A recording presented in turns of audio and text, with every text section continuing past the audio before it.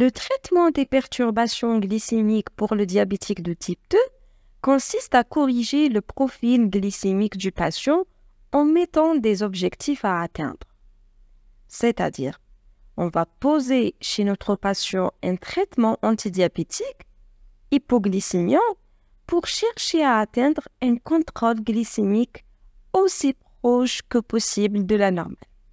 Parce que c'est très important de lutter à travers ce traitement antidiabétique hypoglycémiant contre l'hyperglycémie chronique définissant la maladie, puisqu'elle a des effets délétères sur le développement et ou la progression des complications, en particulier vasculaires. Alors, à travers ce traitement des perturbations glycémiques, à la fin, on doit arriver à un patient qui est très motivé, qui comprend bien sa maladie chronique et son corps, avec un risque d'hypoglycémie qui est bas, espérance de vie élevée, avec comorbidité et complications absentes.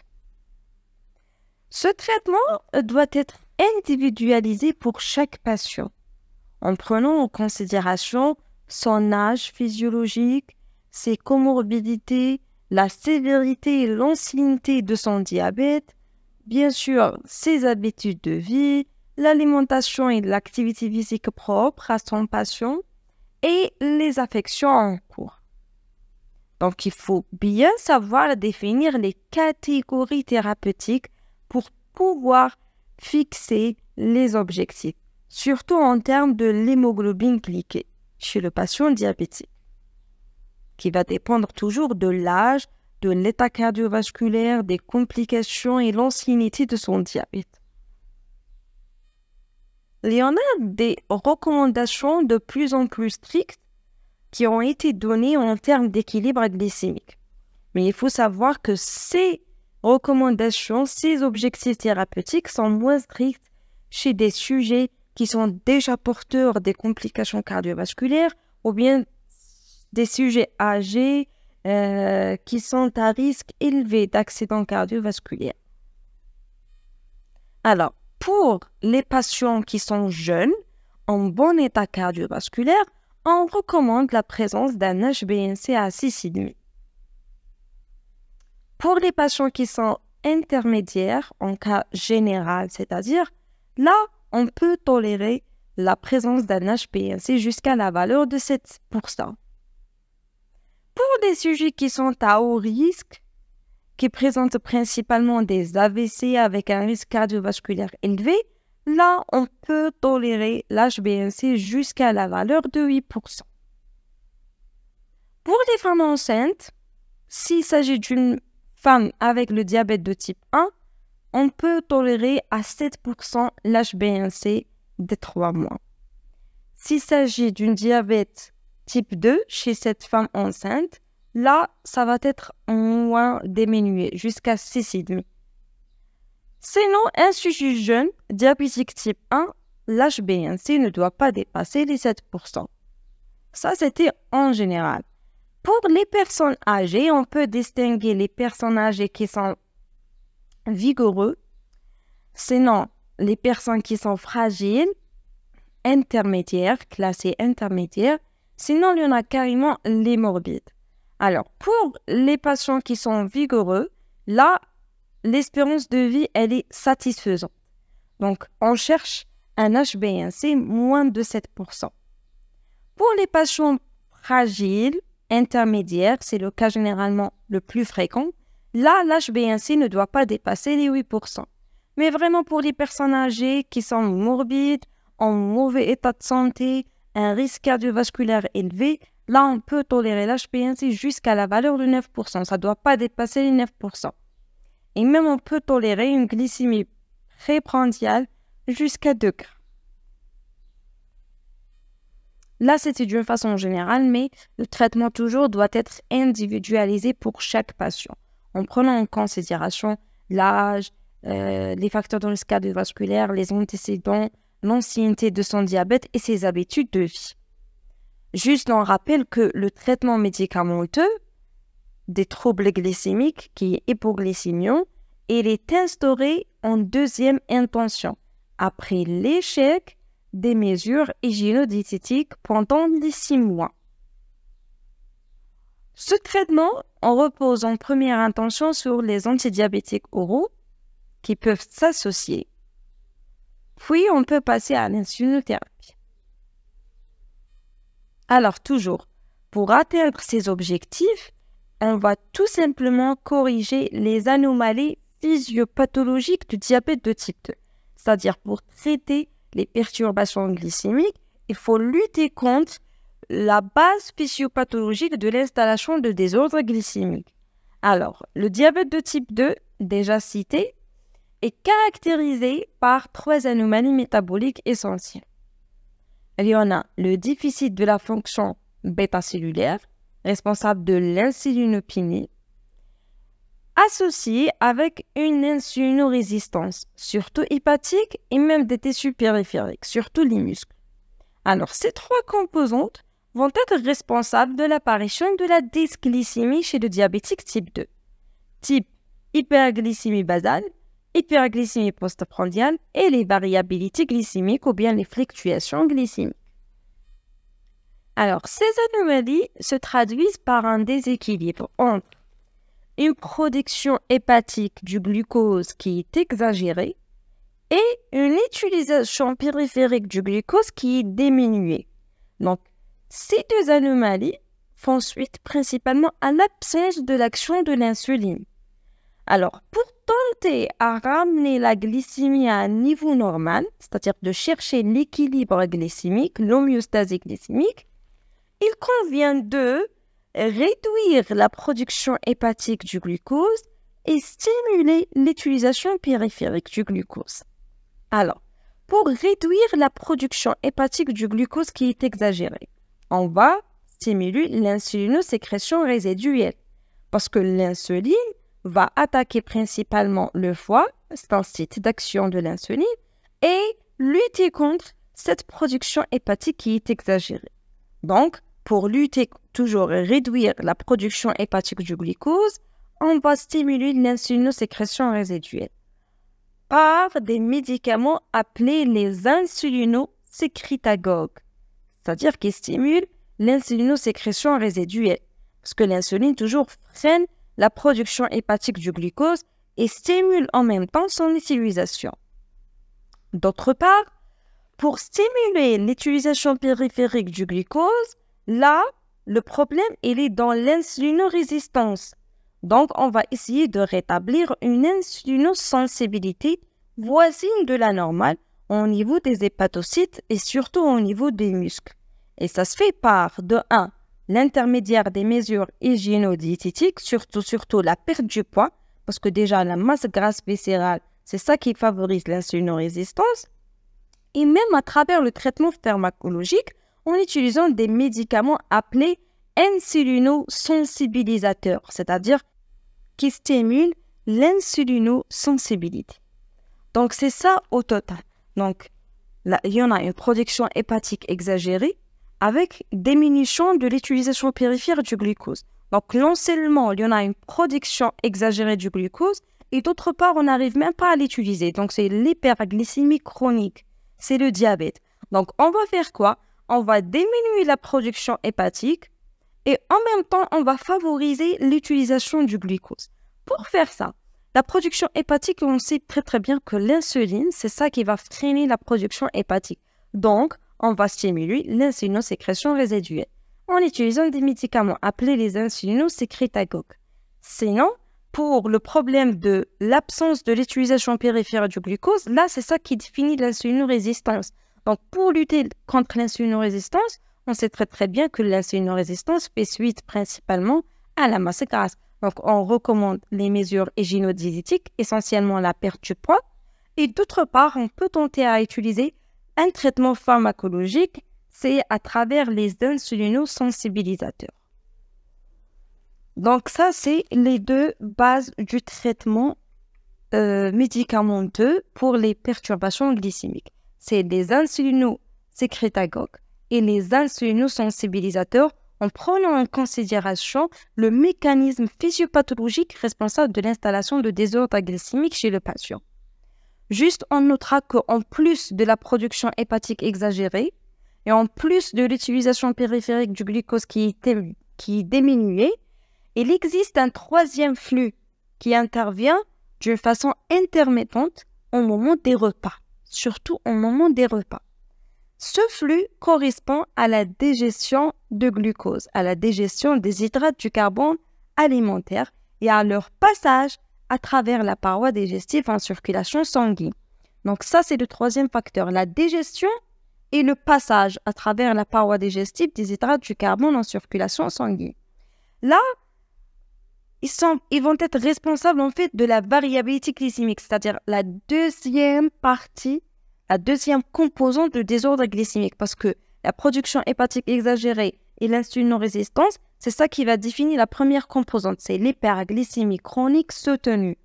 Alors que l'hyperglycémie postprandiale, le pic vers le haut, ça c'est qui va définir la deuxième composante, c'est la variabilité glycémique, la fluctuation glycémique. Donc là, cette hyperglycémie postprandiale, c'est-à-dire le troisième facteur, explique la voie du traitement qui est basée sur, d'une part, les mesures hygiéno-diététiques qualitatives en basant sur l'index glycémique et la fragmentation des prises alimentaires et même sur la présence d'un traitement pharmacologique qui agisse en ralentissant la digestion des hydrates du carbone alimentaire et en même temps en étalant leur absorption digestive. Il y en a en fait plusieurs classes thérapeutiques pour réaliser l'objectif. Donc on va lutter contre la digestion en ralentissant la digestion et pour le passage, on va essayer d'étaler l'absorption digestive. Ça, c'était pour la variabilité glycémique. Alors, avant de voir la stratégie thérapeutique chez le diabétique type 2 et l'arbre décisionnel, on doit parler des moyens thérapeutiques. Mais d'une façon générale, le principe est le suivant. Dans le diabète de type 2, l'insulinothérapie, c'est un traitement qui n'est pas obligatoire. Ce n'est pas le cas comme le diabète de type 1. Le diabète de type 1, c'est une insulinopénie totale. On sait très très bien qu'il n'y en a pas de l'insulinosécrétion résiduelle.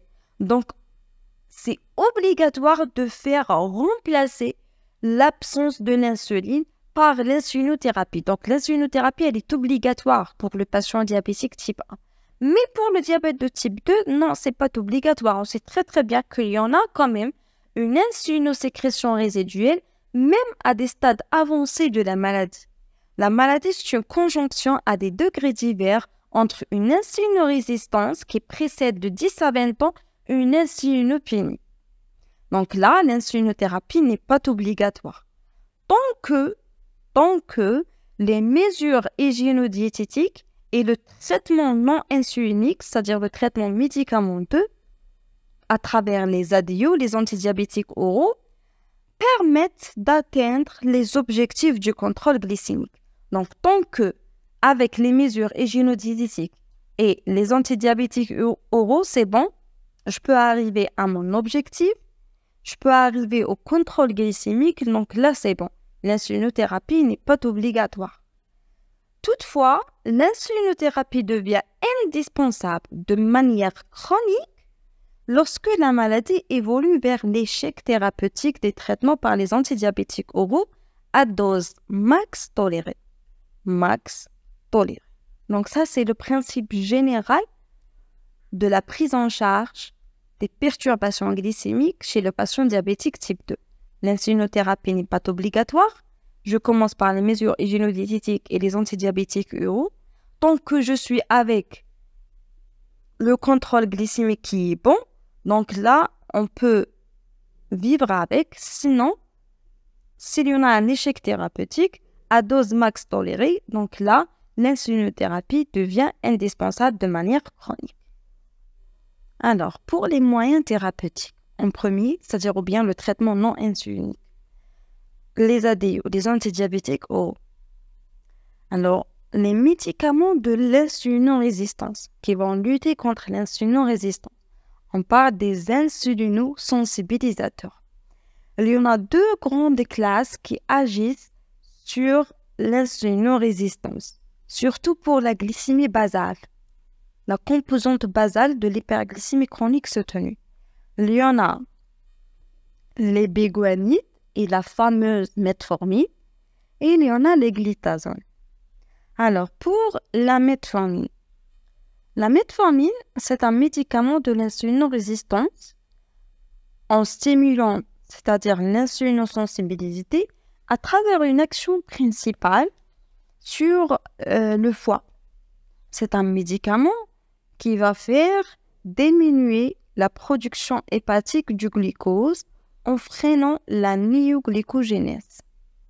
Donc, c'est très important. Ça va lutter contre la partie hépatique, la production hépatique exagérée du glucose.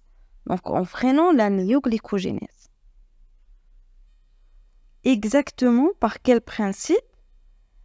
Donc, il va inhiber la chaîne respiratoire, la glycolyse aérobique. Très important, il va inhiber la chaîne respiratoire, la glycolyse aérobique, qui réduit jusqu'à 30% la production hépatique du glucose et favorise la consommation périphérique du glucose. Donc, non seulement il va inhiber la néoglycogénèse, 30% de la production hépatique, et en même temps, il va favoriser la consommation périphérique du glucose. Il faut savoir que la metformine, c'est le médicament de première intention qui sera conservé à tous les stades du traitement chez le patient diabétique type 2. C'est le seul ADO qui a montré une réduction de la morbidité et de la mortalité cardiovasculaire chez le patient. Ça ne favorise pas la prise du poids et ça ne donne pas le risque des hypoglycémies. En plus, cette molécule n'est pas contre-indiquée pendant l'allaitement. C'est très important. Juste, il présente comme des effets secondaires des troubles digestifs, type nausées, vomissements, ballonnements. Et là, ces effets secondaires digestifs, il faut savoir que les béguanides sont numéro 1 concernant les diarrhées chez le patient diabétique, c'est-à-dire les troubles digestifs, c'est numéro 1. Mais ces effets secondaires digestifs de metformine peuvent être diminués si la prise du médicament se fait en cours ou bien à la fin du repas. Et bien sûr, si les posologies sont majorées progressivement ou bien carrément limitées chez certains patients. Donc, toujours avec les antidiabétiques oraux, on parle de la dose max tolérée qui va bien sûr se différencier d'un patient à l'autre. Donc, tout dépend. Ça, c'est la première chose à voir avec les metformines. C'est les effets secondaires digestifs. C'est numéro 1 d'ailleurs, mais on peut les diminuer par une posologie majorée progressivement et la prise médicamenteuse pendant ou bien à la fin des repas. Sinon, pendant la réalisation de son action physiologique, c'est-à-dire en inhibant la chaîne respiratoire et la néoglycogénèse jusqu'à 30% et en favorisant la consommation périphérique, cette molécule responsable, c'est une molécule génératrice de l'acide lactique. Donc, à des doses qui sont vraiment augmentées, non majorées progressivement, surtout si on ne respecte pas les contre-indications de l'utilisation de médicaments, là, ça risque de faire générer en excès de l'acide lactique et donc ça risque de donner de l'acidose lactique. Mais c'est une complication qui est quand même rare, surtout si on bien respecte les contre-indications de médicaments. Alors, les contre-indications, c'est très important à connaître par cœur, les contre-indications de la metformine. Donc, en premier, la présence de l'EDM, soit l'EDM aigu, soit l'angor instable, soit un choc cardiogénique, la présence des ischémies aiguës des membres inférieurs, la présence d'une insuffisance hépatocellulaire ou bien d'une insuffisance rénale pour un débit de filtration glomérulaire moins de 50 ml par minute. Moins de 50 ml par minute, ça devrait conduire à arrêter le traitement. C'est très important. Déjà, dès que le patient présente une insuffisance rénale modérée, on doit donner le traitement à mi-dose. c'est-à-dire la moitié. Parce que le rein, c'est ça qui va filtrer le médicament et le foie, c'est l'usine de l'organisme. Donc, s'il y en a une insuffisance pendant la réalisation du rôle physiologique de ces deux organes, donc on risque que le médicament reste longtemps à l'intérieur de l'organisme et là, ça va exagérer ses effets physiologiques. C'est très important. Donc, l'insuffisance hépatocellulaire, débit de filtration glomérulaire moins de 50, arrêter de traitement. Sinon, l'utilisation de l'anesthésie ou bien les injections de produits de contraste contre-indiquent, même d'une façon temporaire, mais contre-indiquent l'utilisation de la metformine. Et enfin, l'insuffisance respiratoire ou bien la présence de l'hypoxie contre-indique toujours l'utilisation de la metformine. Donc, les DM, encore instable, choc cardiogénique, ischémie aiguë des membres inférieurs, insuffisance respiratoire ou bien de l'hypoxie, insuffisance hépatocellulaire, insuffisance rénale avec débit de filtration glomérulaire moins de 50 et l'anesthésie ou bien l'injection de produits de contraste contre-indique l'utilisation de la metformine. Il y en a de glucophage, la fameuse metformine. Il y en a de la novoformine, toujours c'est de la metformine. Alors ce sont des molécules qui sont titrées à 500 mg, 850 mg et 1000 mg. Donc 500, 850 et 1000. Donc toujours on va majorer progressivement l'utilisation de médicaments. Donc là, on va commencer le traitement la première semaine par un comprimé de 500 le soir, à prendre toujours au milieu, bien à la fin du repas, pour améliorer la tolérance. Puis, on va augmenter selon l'équilibre glycémique du patient à un comprimé à midi, la deuxième semaine, et toujours en gardant le comprimé du soir. Donc ça, c'est 2 comprimés par jour de 500 mg. Et puis, vers la troisième semaine, on va donner principalement 2 médicaments de 850 et on peut aller jusqu'à principalement la présence de 2 médicaments le soir. Ça, c'est le max. Le max, c'est 3 comprimés par jour. C'est-à-dire un médicament le midi ou bien 2 médicaments le soir. Tout dépend de l'équilibre glycémique du patient. Donc, de 500, 850 jusqu'à 1000, 2 comprimés par jour jusqu'à le maximum 3 comprimés par jour. Ça, c'est la dose max. Mais toujours, on doit s'arrêter ou bien la prise va être limitée chez un certain patient selon la tolérance de médicaments. La même chose avec la novoformine. C'est titré à 500, 850 et 1000 et c'est le même principe. On va commencer par un seul comprimé le soir pendant la première semaine, puis 2 comprimés de 500, puis on peut augmenter jusqu'à 3 comprimés et tout dépend 500, 850 jusqu'à l'arrivée à la dose de 1000. Mais tout dépend de la tolérance. Pour les glitazones, la deuxième classe de l'insulinorésistance, ça c'est une molécule avec une action principale sur les muscles périphériques, l'insulinorésistance des muscles périphériques en améliorant l'insulinosensibilité. Là, c'est un médicament qui est contre-indiqué pendant l'insuffisance cardiaque. C'est vraiment contre-indiqué. En plus de ça, ces molécules peuvent entraîner des œdèmes par rétention hydrosodée et favorisent alors la décompensation de l'insuffisance cardiaque. C'est la raison pour laquelle c'est contre-indiqué pendant l'insuffisance cardiaque. En plus de ça, ces médicaments favorisent les fractures des extrémités distales des bras et des jambes. Donc, à utiliser avec prudence. Il y en a plusieurs classes, comme de lactose, de l'avantia. Donc, il y en a plusieurs classes thérapeutiques pour les glitazones, mais toujours à utiliser avec prudence.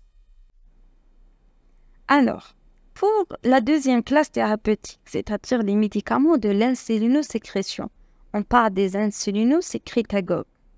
Alors, il y en a 2 grandes classes dans les médicaments de l'insulinosécrétion, qui sont les principales. Ce sont des médicaments qui stimulent le pancréas à sécréter de l'insuline. Il y en a les sulfamides et les glinides. Alors, pour les sulfamides, il s'agit d'un médicament qui se fixe sur un récepteur de la cellule bêta pendant la période de 20 heures à peu près, donc une action prolongée, en stimulant principalement l'hyperglycémie basale, pour stimuler l'insulinosécrétion. Donc, d'ailleurs, ces médicaments fait qu'il y en a quand même la présence d'un pancréas qui est partiellement fonctionnel. Donc, on estime, c'est nécessaire d'estimer la présence d'une insulinosécrétion résiduelle quand même suffisante pour donner de l'effet du médicament.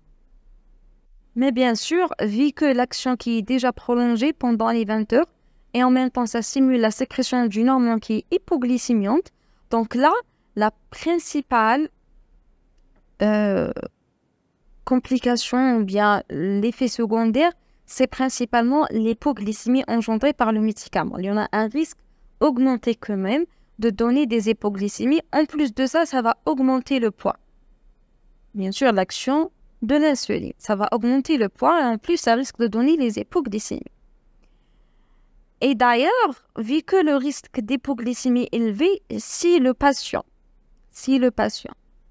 était traité par une insulinothérapie rapide, on doit arrêter les sulfamides. Impossible. L'insuline avec des sulfamides qui stimulent encore la sécrétion de l'insuline endogène.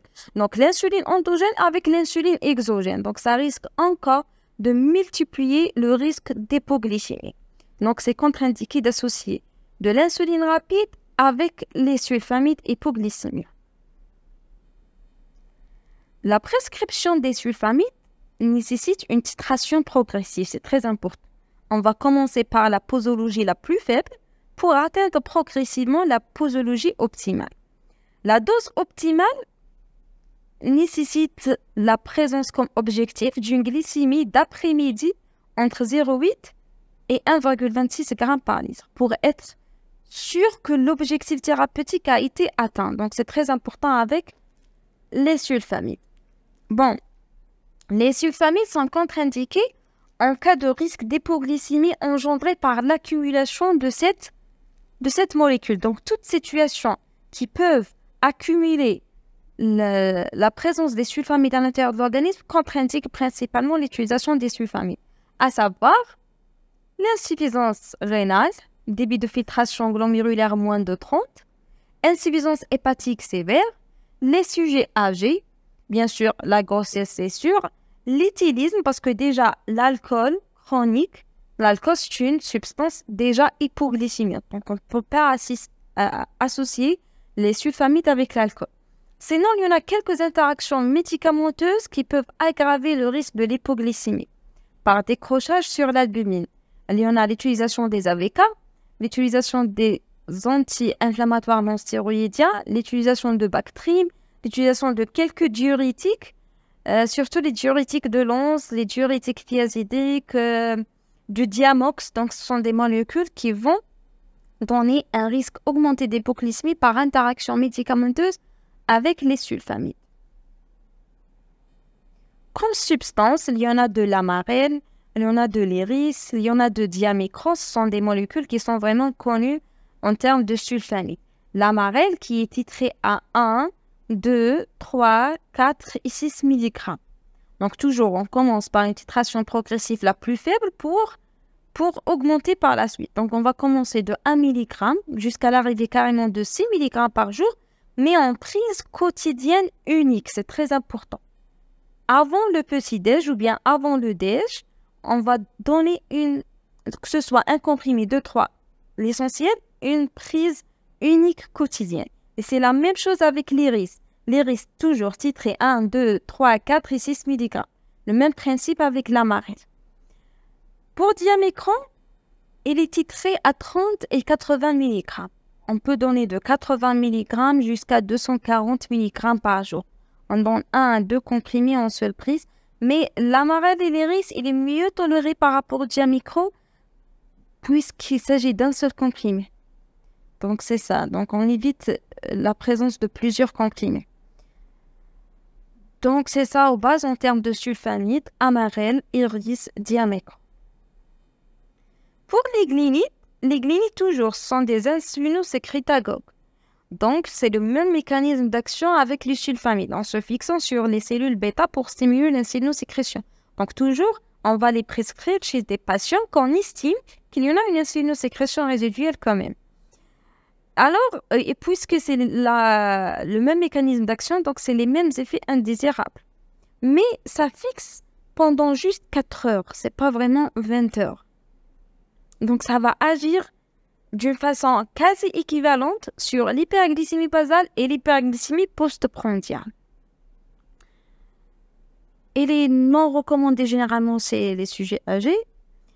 Le principal intérêt avec l'utilisation des glynides, c'est qu'ils sont utilisables chez l'insuffisant rénal. Donc, même si le patient présente une insuffisance rénale, on peut tenter à utiliser les glynides s'il y en a une nécessité pour utiliser un médicament de l'insulinosécrétion. Il y en a la fameuse Novonorm, c'est un glynide. Il y en a des comprimés titrés à 0,5, 1 et 2 mg. On peut aller jusqu'à 3 comprimés par jour, vu que la durée d'action, elle est courte. Donc, ça ne va pas couvrir les 20 heures. Donc, on ne peut pas donner une seule prise unique quotidienne. Donc, c'est juste 4 heures. Donc, on va donner jusqu'à 3 comprimés par jour. Juste, on notera que les associations thérapeutiques, c'est-à-dire de penser à donner les glynides avec les sulfamides, n'ont aucun intérêt, soi-disant pour stimuler encore de plus l'insulinosécrétion résiduelle. Non, d'ailleurs, il est déconseillé de prescrire un glynide après un sulfamide, vu que les sulfamides ont un effet hypoglycémique qui est important. Donc, c'est vraiment déconseillé de faire cette possibilité d'association. Pour la dernière classe des médicaments, ce sont des médicaments contre la variabilité glycémique, c'est-à-dire qui vont agir sur le troisième flux, c'est la digestion des hydrates du carbone et la vitesse du passage, c'est-à-dire l'absorption à travers la paroi digestive vers la circulation sanguine. Il y en a des médicaments qui vont agir par la voie des incrétines. C'est quoi les incrétines? Les incrétines, ce sont des hormones gastro-intestinales. Il y en a le GLP-1, surtout GLP-1, qui sont sensibles à l'augmentation de la glycémie postprandiale. C'est-à-dire que, juste en postprandiale, l'alimentation va ramener les hydrates du carbone, du glucose. Donc, ça va être responsable d'une hyperglycémie postprandiale. C'est logique. Donc, dès que l'hypersensibilité postprandiale est là, elle va stimuler la sécrétion de ces hormones gastro-intestinales. Pourquoi? Parce que ces hormones gastro-intestinales sont à la charge de stimuler la sécrétion de l'insuline pour faire baisser la glycémie et assurer l'homéostasie glycémique. Ça, c'est à l'état physiologique. Donc, ils sont sensibles à l'augmentation de la glycémie postprandiale pour stimuler la sécrétion de l'insuline. Ces hormones gastro-intestinales, dès qu'elles arrivent à stimuler l'insuline et diminuer la glycémie et rendre la glycémie à sa valeur initiale, bien sûr, ils vont être inhibés parce que c'est bon, elles ont réalisé leur rôle. Donc, elles vont être inhibées par une autre molécule, c'est la DDP4. La DDP4. Alors, il y en a des médicaments qui vont agir par la voie des incrétines. Soit il y en a les incrétinomimétiques, soit les incrétinomodulateurs. C'est-à-dire, pour les incrétinomimétiques, on parle des analogues de GLP-1. Ce sont des produits injectables en subcutané comme l'insuline en attaquant l'hyperglycémie basale. D'ailleurs, c'est la raison pour laquelle on ne parle plus des ADE, c'est-à-dire antidiabétiques oraux. On parle de traitement non insulinique parce qu'à travers les analogues de GLP-1, c'est bon, il y en a une voie injectable et non seulement la voie orale. Alors, pour les analogues de GLP-1, c'est analogue au GLP-1. Donc, c'est la même action. D'ailleurs, ce sont des médicaments qui augmentent la période d'action de GLP-1. Pour l'injection de ces médicaments, c'est les mêmes règles d'ailleurs avec l'insuline. Sauf, même on peut les utiliser en association avec l'insuline, surtout si le patient présente un risque cardiovasculaire élevé. Et là, ce sont des médicaments qui sont non recommandés chez le sujet âgé. Parce que c'est contre-indiqué en cas d'une hépatopathie sévère et pour l'insuffisance rénale. Et ça donne même comme des effets secondaires des troubles digestifs temporaires et des cas de pancréatite aiguë. Des fois, il y en a des cas de pancréatite aiguë. Pour les incrétinomodulateurs, c'est-à-dire là, sont des molécules, on parle des inhibiteurs de la DDP4. C'est-à-dire que ce sont des médicaments qui vont inhiber la DDP4. La DDP4, c'est ça qui va inhiber les hormones gastro-intestinales, GLP-1. Donc, on va inhiber cette inhibition, donc ça va prolonger l'action des GLP-1 en favorisant alors de l'hypoglycémie. Donc, ce sont des médicaments surtout de l'hyperglycémie basale. Donc, ce sont des médicaments empêchant la dégradation de GLP-1. Indiqués surtout en bithérapie, mais ce n'est pas avec l'insuline. Dès qu'il y en a une injection, c'est-à-dire de l'insuline ou bien les incrétinomimétiques de GLP-1, donc ça doit être arrêté dès l'introduction des injections. Et ce sont des médicaments qui n'entraînent ni prise de poids, ni perte du poids. C'est pareil.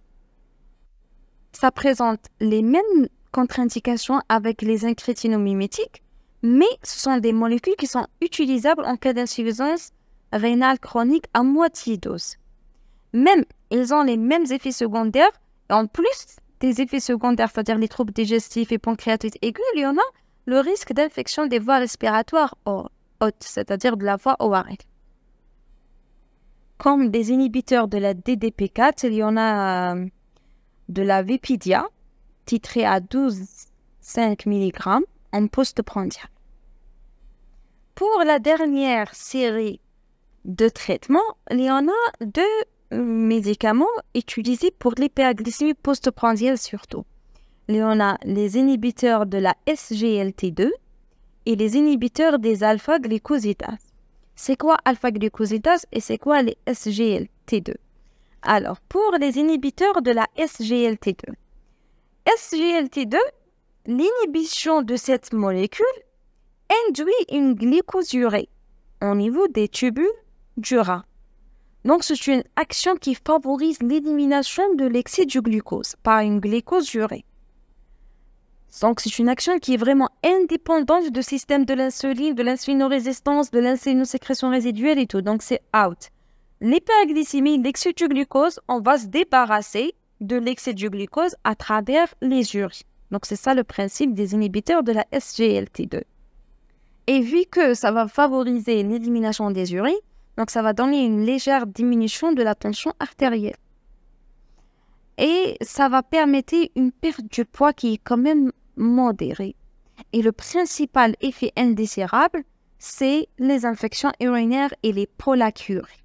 Donc, c'est très important de prendre ce point en considération. Ça peut être associé avec les autres antidiabétiques. Pour la dernière, c'est les inhibiteurs des alpha-glucosidases. Alpha-glucosidase, c'est une enzyme qui va hydrolyser les glucides complexes en monosaccharides afin d'être absorbables. Donc, on va les inhiber pour éviter la dégradation des hydrates du carbone complexe en monosaccharides et donc éviter par conséquent l'absorption et la montée glycémique. Donc, c'est très efficace sur les hyperglycémies postprandiales. Il n'y a pas d'effet d'ailleurs sur le poids, ça ne va pas donner des hypoglycémies. Ça donne aucune contre-indication parce que ce sont des médicaments non absorbés. Mais ça peut donner des effets secondaires essentiellement digestifs, surtout digestifs. Donc là, ce sont des médicaments qui vont être prescrits progressivement et arrêtés d'emblée chez les patients qui ne tolèrent pas ces médicaments même à faible dose. On va donner des médicaments, la prise du comprimé avec la première bouchée de chaque repas pour donner vraiment moins d'effets secondaires. Il y en a la carbose, titrée à 50 et 100 mg avant chaque repas toujours, donc 3 fois par jour. Juste, on notera que selon la haute autorité de santé, le traitement qui est non recommandé chez le diabétique type 2 sont les glynides, la deuxième catégorie des sulfamides, et les analogues de GLP-1. Donc, c'est ça au total par rapport aux moyens thérapeutiques. Il y en a la metformine qui va améliorer la sensibilité à l'insuline par une action hépatique. Il y en a les sulfamides et les glycides qui vont stimuler directement la production de l'insuline par le pancréas. Il y en a les inhibiteurs des alpha-glucosidases qui vont diminuer l'absorption du glucose. Il y en a les inhibiteurs de la DTP4 et les analogues de GLP-1 qui vont stimuler la production de l'insuline indirectement. Et bien sûr, les inhibiteurs de la SGLT2 qui vont favoriser l'élimination du glucose à travers les urines. Alors, concernant l'arbre décisionnel, alors quoi faire et quels médicaments à prescrire et comment je vais passer à la bithérapie, à la trithérapie et tout. Et à quel moment on doit introduire de l'insuline. Alors, il faut savoir que, bien sûr, la metformine, elle est devenue le médicament à prescrire en première intention chez les diabétiques de type 2. À l'inverse, les sulfamides hypoglycémiens sont préconisés en première intention chez le diabétique en poids normal ou bien en poids maigre parce qu'il n'y en a pas d'insulinorésistance. C'est un patient qui est considéré comme insulinopénique beaucoup plus qu'insulinorésistant. Donc, je vais stimuler chez lui l'insulinosécrétion au lieu de donner un insulinosensibilisateur. Et l'échec thérapeutique à la monothérapie initiale conduisait à prescrire en deuxième intention la classe thérapeutique qui n'avait pas été choisie au départ. Donc, si je donne de la metformine au début, ça ne va pas donner de résultats. Je passe pour donner en association de sulfamide. Et l'inverse, il est vrai. Bien sûr, ça paraît simple de premier coup, mais il faut savoir des points très très importants. De 1, le diabète de type 2, c'est une maladie évolutive. Elle évolue dans le temps.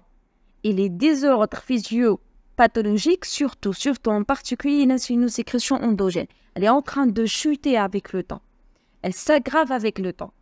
De manière parallèle, la diminution de l'insulinosécrétion résiduelle va aggraver les désordres glycémiques. Donc, les désordres glycémiques ne cessent de progresser au cours de l'évolution de cette maladie. Ça, c'est de 1. De 2, l'apparition des nouvelles classes thérapeutiques qui complètent l'arsenal thérapeutique avec la nécessité d'agir d'une façon précoce avec les multithérapies orales, même avec l'initiation plus rapide du traitement insulinique dans l'évolution du diabète de type 2, sont des éléments qui ont modifié quand même le paysage du traitement de cette maladie dans la dernière décennie. Donc, il y en a plusieurs études, plusieurs raisonnements. Donc, l'arbre décisionnel donné va être basé sur les considérations physiopathologiques principalement. Alors, la première étape, c'est l'étape 0 d'ailleurs. En premier, on va présenter le bilan chez notre patient. Le diagnostic positif du diabète, il est là. On donne le bilan complet pour savoir principalement le bilan hépatique, sa fonction rénale et tout. Et on va penser avec un double regard. Le choix de traitement. Est-ce qu'il est préférable de choisir un traitement pour l'insulinorésistance, c'est-à-dire un insulinosensibilisateur, ou bien non, je dois initier par un traitement de l'insulinosécrétion résiduelle, c'est-à-dire de l'insulinosécrétagogue. Ça, c'est de 1. Et de 2, est-ce que je vais choisir un médicament de l'hyperglycémie basale ou bien un médicament de l'hyperglycémie postprandiale? Et bien sûr, je dois prendre en considération la disposition des médicaments, c'est-à-dire la facilité à mettre en œuvre le médicament. C'est très important. En évitant les complications et en même temps, sans nécessité exagérée par rapport à l'exploration complexe. C'est ça la base de l'arsenal thérapeutique. C'est très important. Est-ce que j'attaque l'insulinosécrétion ou bien j'attaque l'insulinorésistance ou bien j'attaque l'hyperglycémie basale ou bien l'hyperglycémie postprandiale? C'est très important de connaître ça. Alors, on va commencer avec un patient diabétique au stade précoce de la maladie. C'est-à-dire, on va donner l'arbre décisionnel en suivant l'histoire naturelle de la maladie. Donc, déjà, généralement, ce sont des patients plus de 40 ans qui sont volontiers obèses. Donc, généralement, c'est de l'insulinorésistance qui précède l'insulinosécrétion résiduelle. Vraiment, un temps précoce de la maladie, je parle. Donc, je tente en premier à donner de la metformine pour plusieurs raisons. La première des choses, c'est que la découverte de diabète de type 2 coïncide en général la production hépatique du glucose qui est exagérée, c'est-à-dire sur le plan physiopathologique. En même temps, c'est un médicament qui est peu coûteux, il est génériqué, il y en a plusieurs génériques, donc sur le plan économique, c'est le meilleur. C'est un médicament avec moins d'effets indésirables, bien sûr en respectant les contre-indications. D'ailleurs, avant la prescription du médicament, je bilante le patient pour savoir et pour chercher principalement les contre-indications. Fonction cardiaque, fonction hépatique, fonction rénale, le tout, c'est-à-dire. Donc, on respecte les contre-indications. Et en plus de ça, c'est un médicament qui n'entraîne pas la prise du poids. Donc, ce n'est pas le cas comme les sulfamides. Par exemple, il y a de l'insuline. Ce sont des médicaments qui favorisent la prise du poids. Et enfin, c'est un médicament en fait qui est efficace. Ça donne une réduction de l'HbA1c de 1,5% et sans risque d'hypoglycémie. Donc, c'est le meilleur du meilleur. Je vais donner un médicament de l'insulinorésistance, de la metformine. Et je vais voir avec le patient, toujours, je vais donner la prescription du médicament en association avec, de 1, bien sûr, un lecteur glycémique, avec la bonne éducation de l'autosurveillance, les bandelettes réactives nécessaires, avec le tableau de profil glycémique. C'est très important. Il s'agit de quoi? Je donne, par exemple, de la metformine, je donne 850 mg, un comprimé, toujours la titration progressive, qui sera majorée avec le pain. Un comprimé, on commence dans le dîner, après ça, une semaine après, 2 comprimés, et ainsi de suite. Alors, jusqu'à l'arrivée à la dose max, c'est 2 à 3 comprimés par jour de 1000 grammes. Mais la dose max toujours tolérée. Après ça, je donne toujours en association le profil glycémique du patient. Pourquoi? Bien sûr, pour savoir est-ce qu'il y en a des objectifs à un bon équilibre glycémique ou pas. Alors, on prend 3 comprimés par exemple par jour, c'est la dose max, donc je donne 3 tests par jour. Donc voilà le profil glycémique. Je donne à 8 heures pour la glycémie basale, 8 heures à jeûne. Et je donne 2 à 3 fois à part la glycémie basale. Par exemple, je donne 2 heures après le déjeuner, c'est-à-dire à 14 heures, et 2 heures après le dîner, c'est-à-dire à 22 heures à peu près. Et je vais voir pendant 3 mois. Il faut savoir que l'efficacité optimale d'un traitement par les antidiabétiques oraux, ça nécessite une période de 3 à 6 mois. Donc, c'est très important de donner la chance par rapport aux médicaments. Même l'association des mesures hygiéno-diététiques avec la bonne éducation, c'est très important. Même la surveillance et l'évaluation du traitement, ça nécessite une période de 3 à 6 mois. Donc, il faut principalement être patient avec les résultats. Si, par exemple, le traitement initial n'a pas donné de résultat en termes de l'équilibre glycémique, je vois que le profil glycémique du patient n'était pas vraiment corrigé, même avec un traitement bien conduit à dose max tolérée. Qu'est-ce que je dois faire? Je pense principalement à une bithérapie. C'est sûr, on passe à la deuxième étape. C'est la bithérapie. Dans la bithérapie, il faut penser avec un certain raisonnement. Si le traitement initial était la metformine, le deuxième choix devrait se faire entre soit un deuxième insulinosensibilisateur ou bien non, je veux changer carrément vers les insulinosécrétagogues. Alors, là, je vais voir le profil glycémique du patient. Si l'insulinorésistance, elle est plus importante que le déficit insulinique endogène, là, on va se tourner vers les insulinosensibilisateurs, les glitazons, c'est-à-dire. Et dans le cas contraire, c'est-à-dire on va choisir de l'insulinosécrétagogue si le déficit insulinique est plus important par rapport à l'insulinorésistance. Alors, ce choix du traitement, il est estimé à partir du profil glycémique du patient 4 points, c'est-à-dire 8 heures, 2 heures après le déj, à 17 heures, on peut donner ça, même à 22 heures.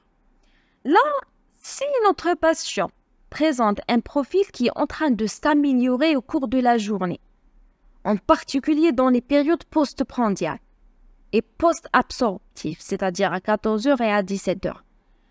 Là, c'est un patient qui est surtout insulinorésistant qu'insulinopénique. Pourquoi? Parce que l'insulinorésistance passe par un maximum en fin de nuit pour atteindre un minimum en fin de l'après-midi. Et l'insulinosécrétion réactionnelle à cette insulinorésistance donne une décharge retardée et excessive après un repas. Donc c'est très important. Je sais que l'insulinorésistance, elle est surtout pendant la nuit. Alors que je remarque chez notre patient que le profil glycémique de la journée, il est bien amélioré. Donc le problème, il est dans la nuit. Donc c'est beaucoup plus un patient insulinorésistant qu'insulinopénique. Donc là, ça va conduire à prescrire un deuxième insulinosensibilisateur. Il n'y en a pas vraiment une bonne sensibilité périphérique à l'insuline. Dans le cas inverse, je remarque que le patient présente un profil glycémique qui est caractérisé par une dégradation glycémique au cours de la journée. La glycémie post-déjeuner, la glycémie de 17 heures, elle est plus élevée par rapport à la matinée, par rapport à l'hyperglycémie basale de la nuit. Là, c'est un déficit de l'insuline qui est prédominé par rapport à l'insulinorésistance. Donc, ça va conduire chez le patient à prescrire un insulinosécrétagogue pour réactiver l'insulinosécrétion résiduelle. Donc, c'est très important. Selon le profil glycémique, je peux voir est-ce que le patient il est insulinorésistant ou bien insulinopénique. Alors, si dans la situation que je dois prescrire un insulinosécrétagogue, par exemple les sulfamides, là, bien sûr, je pense à la deuxième question. Est-ce que c'est l'hyperglycémie basale ou bien c'est l'hyperglycémie postprandiale? Là, on doit définir l'objectif. Pour faire ça, pour trancher, on dose de l'HbA1c. Si l'HbA1c est diminué à 7,5%, là, c'est la prédominance de l'hyperglycémie postprandiale sur l'hyperglycémie basale. Et le contraire, il est vrai. Si l'HbA1c est élevé, donc c'est beaucoup plus l'hyperglycémie basale que l'hyperglycémie postprandiale. Donc, si le problème, c'est dans l'hyperglycémie postprandiale, donc je vais choisir un insulinosécrétagogue qui est glucodépendant, par exemple les inhibiteurs de la DDP4, par exemple. Mais si le patient non présente un problème de l'hyperglycémie basale, là, je dois donner un traitement qui est non glucodépendant, par exemple les sulfamides, pour stimuler l'insulinosécrétion résiduelle. Donc, tout dépend, toujours c'est ça le raisonnement. Est-ce que l'insulinosensibilité ou bien l'insulinopénie? Et est-ce que l'hyperglycémie basale ou bien l'hyperglycémie postprandiale? C'est très important. Toujours, et après ça, on tente à donner une période de 3 à 6 mois pour faire l'évaluation, toujours, avec le suivi du profil glycémique et de l'HbA1c, c'est sûr. Alors, la troisième étape, c'est avec la présence de l'échec thérapeutique par rapport à la bithérapie. Là, si le patient il était déjà traité par l'association metformine et glitazone, donc la seule thérapie possible, c'est d'ajouter un insulinosécrétagogue. Glucodépendant, non glucodépendant, toujours comme l'HbA1c, comme l'étape numéro 2. Et si le patient était traité par l'association metformine insulinosécrétagogue, on va ajouter alors le glitazone. On ne peut rien faire. Mais généralement, l'étape numéro 3, dans l'application clinique, dans les habitudes quotidiennes, donc on n'utilise pas les glitazones. Donc c'est beaucoup plus. La metformine en premier, sinon c'est l'association avec soit un insulinosécrétagogue qui est glucodépendant ou bien non glucodépendant, tout dépend. Est-ce que je vais attaquer l'hyperglycémie basale ou bien l'hyperglycémie postprandiale? Et je vais voir toujours l'insulinorésistance et l'insulinopénie pour passer directement à la quatrième étape et penser à l'insulinothérapie. Parce que de maintenir un diabétique sous bithérapie avec un contrôle glycémique qui est insuffisant comporte le risque de voir se développer ou bien de s'aggraver des complications diabétiques, c'est sûr. Il est encore en déséquilibre, donc il a le droit de faire des complications. Donc une bithérapie, ça ne donne pas de résultat. Initier l'insulinothérapie le plus rapidement possible. C'est le choix de référence. C'est ça dans la pratique quotidienne. Il est préférable de ne pas différer l'insulinothérapie en cherchant des prétextes qui sont multiples de type « non, l'insuline fait prendre le poids, ça risque de provoquer des hypoglycémies, ça rend vraiment la thérapie plus difficile ». Ça oblige à augmenter l'autosurveillance glycémique, 5 tests par jour, et ainsi de suite. Donc non, avec le diabète, je cible l'équilibre pour éviter les complications. C'est ça le principe de la thérapeutique. Éviter les complications par un bon équilibre glycémique. Donc si la bithérapie, la deuxième étape, n'a pas donné de résultat, je passe directement à l'insulinothérapie. Bien sûr, en évitant la combinaison entre l'insuline et le sulfamique, parce que ça risque d'aggraver les épisodes des hypoglycémies. Et là, donc, c'est ça au total. Metformine, et je vais voir, selon l'insulinosécrétion résiduelle et selon le profil de l'hyperglycémie basale ou bien de l'hyperglycémie postprandiale. Donc, si l'insulinosécrétion résiduelle, elle est moyennement altérée, donc je donne à donner un insulinosécrétagogue. Et tout dépend, est-ce que pour attaquer l'hyperglycémie prandiale ou bien pour attaquer l'hyperglycémie basale. Et je vais voir si elle est très altérée, donc je passe directement à l'insulinothérapie. Sinon, après l'échec de l'association de la bithérapie, je passe à l'insulinothérapie. Alors, pour intérioriser les choses, on va passer à voir un exemple.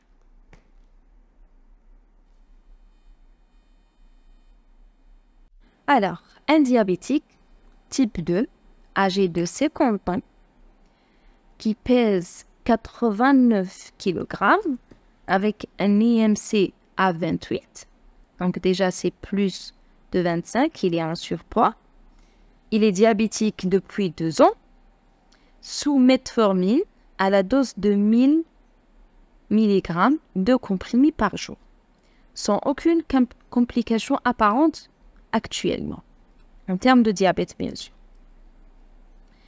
Il est déjà sous monothérapie, basée sur l'insulinorésistance. Et c'est logique concernant le choix de la metformine, un traitement en attaquant l'insulinorésistance. Pourquoi? Parce que déjà, c'est un patient qui est obèse, il y a un surpoids en fait. Donc, il y en a la graisse qui favorise l'insulinorésistance. En plus de 40 ans, donc c'est juste 50 ans, ça fait 10 ans à peu près, donc il est encore en train d'évoluer avec sa maladie chronique. Donc c'est beaucoup plus l'insulinorésistance par rapport à l'insulinopénie. Donc ça c'était le raisonnement. Et il est sous metformine, 1 gramme, c'est-à-dire 1000 mg de comprimés par jour. Donc, il était traité par la metformine, une monothérapie. Derrière moi, son profil glycémique, il a remarqué que son profil glycémique n'est pas vraiment suffisant ou bien il a remarqué qu'il ne présente pas un bon profil glycémique. Donc ça, c'est son profil glycémique concernant les 3 derniers jours. Alors, déjà, c'est 1000 mg, c'est la dose max de comprimés par jour, c'est vraiment le max en termes de la metformine. Alors, selon ce profil glycémique, je remarque la présence d'un déséquilibre. Il n'y en a pas principalement vraiment des objectifs atteints par rapport au bon contrôle glycémique, avec un HbA1c à 8%. Déjà, c'est élevé. Selon ce profil glycémique, je pense à faire la bithérapie. Alors, concernant la bithérapie, le choix du traitement, est-ce que je dois attaquer de l'insulinorésistance ou bien de l'insulinopénie?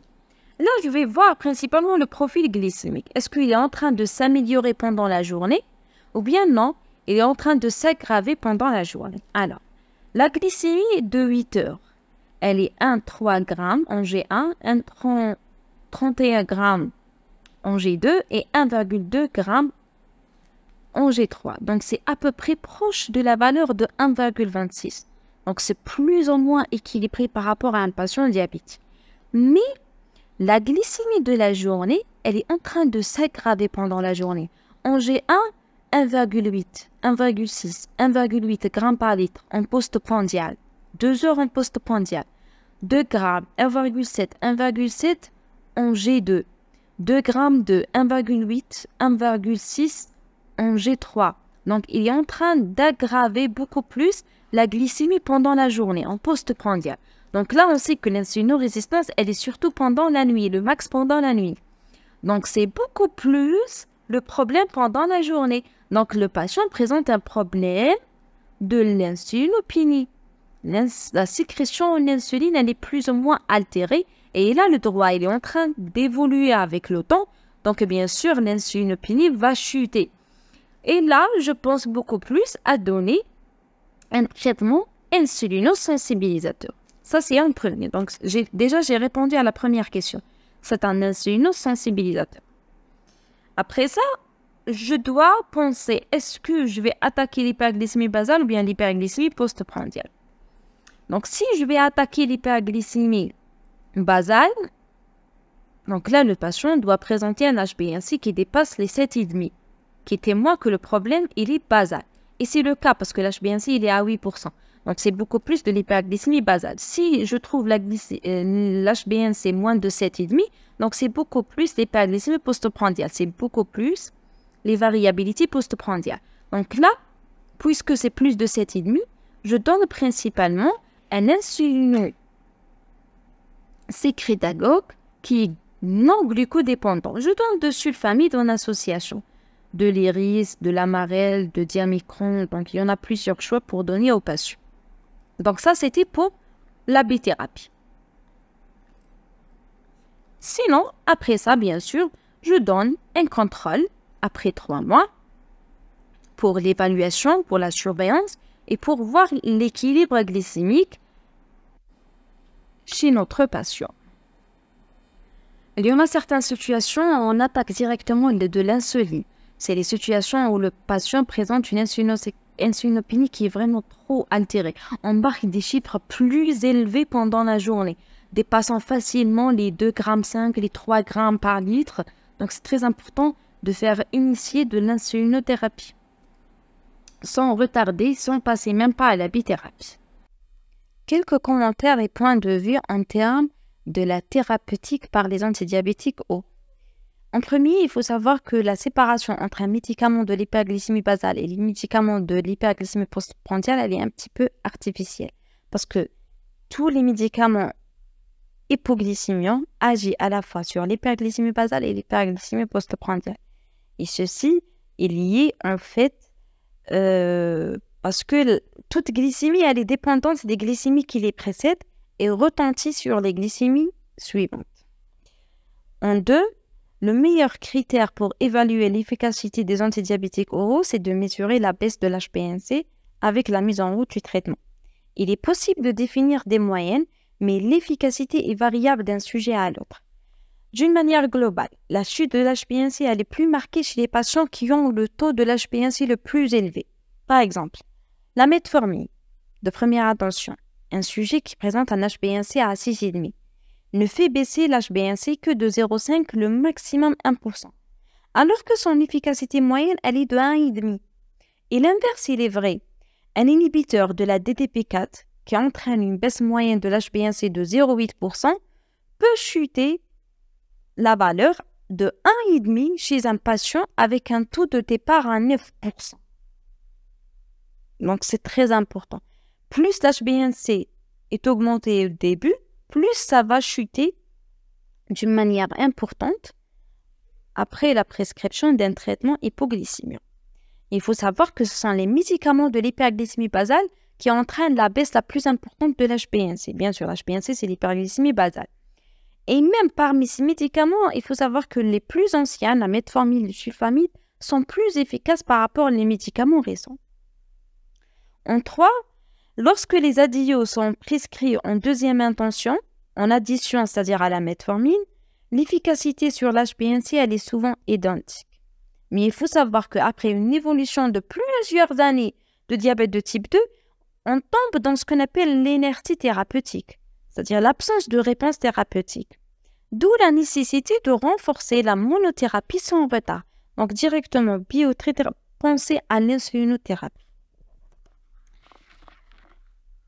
Quatrième point, bien que le diabète de type 2 soit sous la dépendance physiopathologique de 3 anomalies, et bien que nous disposons du traitement ciblé sur ces 3 anomalies, il faut savoir que le résultat thérapeutique reste souvent insuffisant. L'évolution, elle est non stable de la maladie dans le temps. L'expression de l'insulinorésistance, elle est différente. Les fluctuations nictémérales de la glycémie sont différentes. même lorsque le choix thérapeutique paraît adapté. Et enfin, les recommandations doivent être plus adaptées à la pratique médicale que les référentiels. Le médecin doit garder sa liberté de prescription médicale parce que même si l'arbre thérapeutique convient à une population moyenne, ils ne sont pas forcément valables au niveau individuel. Chaque patient présente une histoire différente de l'autre. Le médecin sera donc conduit à moduler le traitement en fonction des caractéristiques du malade, son mode de vie familial, sinon son mode de vie même professionnel, la réponse à un tel type de traitement ou pas, les pathologies associées et tout. Toutefois, la grande majorité des malades diabétiques type 2 sont totalement asymptomatiques et comprennent mal la nécessité vraiment d'une modification de leur mode de vie, du suivi en fait des mesures hygiéno-diététiques et la prise des médicaments hypoglycémiens.